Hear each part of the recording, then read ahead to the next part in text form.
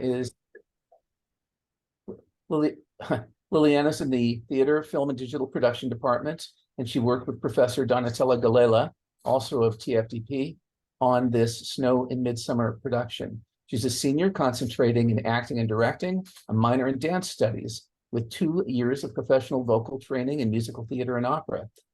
She's a university honors ambassador and member, and an undergraduate admissions ambassador. She conducted research on this project since 2022, and she's a Chancellor's Research Fellow, a University Honors HEIR scholarship recipient, and is planning to graduate with summa cum laude and continue to direct for the stage while performing as an opera singer. So, Lillyanna, please begin your presentation whenever you're comfortable. I want to encourage the audience to submit questions through the chat feature. Please be respectful during these presentations. Don't interrupt, or I will have to, or someone will have to remove you. And I will monitor the questions in the chat after the, which we'll address after the presentation. So Lillyanna, you are on. Thank you so much for that introduction. I truly appreciate being here at the Undergraduate Research Symposium today. I'm going to just quickly share my screen for you guys. Alrighty, hopefully y'all can see this now. It's going to go into presentation mode. But yes, my name is Lillyanna Lopez. I am a current 4th-year theater, film, and digital production major with an emphasis in acting and directing. And my research actually was a creative activity that I expressed through producing an entire UCR event here open to Highlanders in the Inland Empire called Snow in Midsummer. Snow in Midsummer was associated with the Chancellor's Research Fellowship, and it was also my honors capstone project. If y'all are unaware what the Chancellor's Research Fellowship is, I actually was one of 14 researchers selected at the University of California, Riverside to have this wonderful prestigious award opportunity to have funded undergraduate research. And I was a primary researcher in my field of study and in my current research within Snow in Midsummer. And I did STEAM research, which is putting the A in STEM and making it STEAM for artistic-based performative research.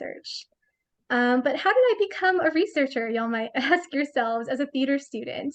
And actually, this all went back to about a year ago in winter of 2022 in Professor Galella's class.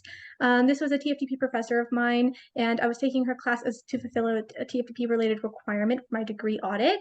And she introduced to me the piece Snow in Midsummer as part of a homework assignment that I was required to read. When I originally read this piece, I actually pictured it as a horror genre style play. And when I presented my unique idea in class, Professor Galella let me know that this play has never been produced in that way and actually has never really been seen that way before. So she encouraged me to start to reinterpret this text and really go with my idea and take it into potentially a performative aspect. So I was thinking about my reinterpretation and started to do some more dramaturgical research based in like the history of this production and see if anybody else has ever seen this show the way I was viewing this show, which was with that thriller aspect.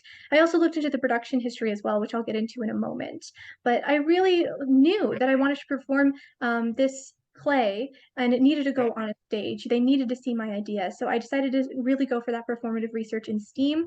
And so I started to expand my vision and think of it as a gigantic event here at UCR for all Highlanders, for people in the Inland Empire, then people in the LA County, and bigger and bigger and bigger. And I wanted to break the glass ceiling on what is considered a student-led production at the University of California, Riverside, and make it one of the biggest events of the year. Going back a little bit to dramaturgical research and analysis and big events, I actually found out through my dramaturgical analysis that Francis Yachu Cowhig, who wrote this play, actually wrote this as an adaptation of an original text based in the 13th century of China. This is actually one of the original texts that is the foundation of Chinese theater, originally written by Guan Hanqing. And so the fact that she adapted it was a feat in itself, and she was a UCLA professor that did this, and she was very in love with her work, and she of course appreciated all of the research that she did going into Snow in Midsummer. So she decided to only allow its royalties to be bought and produced by 3 other productions in history. And those stages actually are quite large stages. Y'all can see them listed on this slide here, like the Royal Shakespeare Company. So only large stages have ever gotten access to be able to produce this production. And students actually have never been able to get this license before. So the fact that we were able to do it was monumental. Moving forward, so sorry about that. Y'all might be wondering now, what is this story that is so important to her that she wanted to go through all of these obstacles and produce something so large? Why did she fall in love with this piece? So To help you guys, if y'all have never heard about the show Snow in Midsummer, the story actually involves a woman known by the widow Do Yi, who's selling her palm weavings in the town of New Harmony when a terrifying misfortune occurs and she is framed for murder. 3 years after her unjust execution, there was a terrible drought plaguing this town, marking just the beginning of her revenge. In modern time, as soon as we open this play, it is now Ghost Month, and a new family of a mother and daughter have moved to town, and little Fei has made a new friend in the shadows. Her mother, Tian Yun, tries to save her daughter in the town from the curse of Do Yi by discovering her story and setting things right. The main themes of this show actually introduce capitalism, climate change, injustice against women, feminism, and of course, the power of speech. In my vision for this show, after reading the text, I pictured a horrifying ghost story which turns on its head as we eventually reveal who the real monsters are in this town, which are the men that actually have unjustly executed this woman. I did a lot of research throughout my time working on this piece in Chinese culture, the spirit world, effects of pollution and climate change, and on body horror. And this leads me to my research question. After reading through the piece and doing all of this research, I needed to find my hypothesis. And my hypothesis was actually taken right out of the text, right out of Do Yi's mouth, right before she is executed. She screams these words: "Men in this town were born with mouths that can right wrongs with a few words. Why are you too timid to speak?" This is my poetic idea and my question I pose to my audience. When you see an injustice in this world, what makes you hesitate to write it? So now that I was armed with a hypothesis, I decided to jump straight into the preliminary production process and secure a faculty mentor, which was Donatella Galella. She was the woman that introduced me to this piece, so it felt only right to ask her to please help me expand my vision, and she was more than happy to help my research ideas continue to grow and thrive into a fully fledged production here at the university. I then moved on to securing funding from a variety of resources, secured a venue for an on-campus related studio theater in the Arts Building from TFDP, and I got the license to actually produce Snow in Midsummer as well. When it came down to the final budget, we made a whopping $11,000 total in funding. And this is a slide I'd like to have in here just to honor our benefactors and co-contributors for this piece. Thank you all so much for giving us your support and time. We really appreciate it. This was a historical level of funding that a student production has ever been awarded here at the University of California, Riverside. And besides just financial related awardment, the university honors, the TFDP department, and the dance department all gave other types of resources and aid like mentorship, choreography help, and just a variety of other things. So I cannot thank y'all enough. Other than making history financially, we also made history with the type of production team that we had a part of this show. We had a completely student-led production, meaning there was actually 0 faculty members who were operating in any sort of production space or role. In my personal roles, I actually was a producer, executive director, production manager, and primary researcher for this show. I had a cast of 11 Chinese Asian American actors, all from interdisciplinary departments across the university, so we were very representative of UCR. We had a production team of about 40 students, which was completely student-led in every single department. And of course, we had some TFDP department mentorship here and there for some of our designers. TFDP coordinators were supplied to us both for intimacy and fight. And we had from the dance department, Professor Brandon J. offer his support and his aid being our choreographer for our Chinese dragon dance, which is a large part of our show. Moving forward. Alrighty, so sorry about that, folks. Moving on to the actual production process. This is a little bit of a list of the process that we went through. It was a total of 9 weeks of rehearsal, equating to about 36 days, including tech, with 2 performances and a final discussion. And for both nights of performance, we were completely sold out. We catered to over 400 audience members in our show, and we turned away hundreds at the door. We had lines out the door, and there was a large request for our run to continue to be even longer. There's actually many requests for standing room as well as for filmed copies of the show. So we made a lot of history that way as well, being so wonderfully sold out as a UCR event.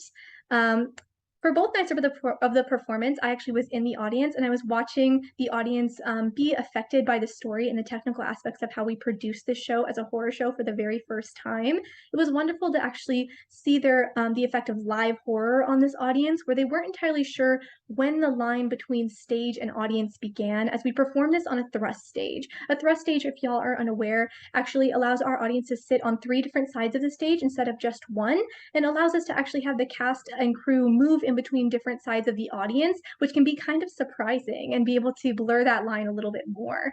It was wonderful to see the effect of Do-yi, who was our lead ghost and heroine of the story, change from being the monster in the play to becoming more humanized, and for the audience to start sympathizing with her as they learn about her story and how people like Master Zhang and Handsome Zhang, who are the people that sent her to her death unjustly, become those monsters for her, as well as seeing the effect of Tianyun and Fei Fei, who were the new family moving to town, who were learning all about Do-yi's story at the same time as us. So there was a lot of identification with them as well. There was also wonderful representation on the stage of minority communities. We had 11 different Asian American actors on our stage, 3 women lead roles, LGBTQ plus love on stage, and of course, an adapted modern day Chinese story that was actually marketed to American audiences. So they were able to experience Chinese culture and potentially a new story they've never heard before. As for cast and crew reflections, after our final performance, I sent out a Google form to my entire cast and crew asking them to anonymously reflect on their time spent in this research production. On the positive side, many of them reflected that they loved the idea of us having a fully student-led network on our production team, and something that I definitely would like to do again in the future. They all mentioned how they have lifelong lasting friendships across departments that they never would have made before without this show. They all have newfound skills, new appreciation for theater, and above all else, all of them expressed how even though we were students, we had a crazy amount of professionalism and communication ability. As for neutral related reflections, our team that it was really wonderful and interesting to be able to research on the text and be able to engage with research in the text as we moved through the rehearsal process. It was a little bit different of a process than a general theatrical run because we were trying to research so many different aspects of the show. We also had all of our team members asking wonderful research questions throughout this process. So I definitely want to put out there in this moment that they all are 100% their own version of a primary researcher in whatever they were doing on this show. As for areas of improvement, all of us, I think, had a general wish that for a longer tech week. We had a tech week of 2 days instead of a general week itself, making it a little bit harder for us to be able to nail all of our set transitions perfectly, as well as have as many rehearsals for our Chinese dragon dance. But I think overall we nailed it and hit it out of the park when it came to actual show days. For personal reflection on my part, I really did enjoy directing for the show and producing for the show. Translating my vision and working within the horror genre is something I definitely want to do again in my lifetime. Being a researcher at UCR also was just a wonderful experience. As for areas to improve for myself, it was my first time in my debut being a director, actually, here at the University of California, Riverside at a stage at this level. So I definitely know I need to engage with the pre-production side of theater a little bit better in the future. It was definitely my wonky part of what I know, as I've actually had more experience being an actor and being on stage versus off stage. I also was not planning to be the production manager for this show, so coming into that role a little bit late in the game made my technical communication a little bit wonky as well and a little bit off, so I definitely think in the future that's something I would like to make better. And of course, as we all are students and we're a bit new to the world of theater and the world of actually producing a show, all of us could have managed our time a little bit better and been a little bit more efficient, but I'll be taking that skills into my next show for sure. And this is just a short little marketing clip courtesy of TFDP that was supplied by Jade Duong. She actually took this video based on one of our dress rehearsals. I'm going to be putting the link in the chat for you guys if you'd like to see a little bit more about what the show legitimately looked like with all of its technical elements involved. And that concludes my presentation. Thank you guys so much for listening to me. I appreciate all of your time and energy here, and I will open the floor to you guys. Thank you. Excellent. So yes, do we have questions from those who are in the room? And you can put them in the chat. Lillyanna, don't forget to turn off your recording.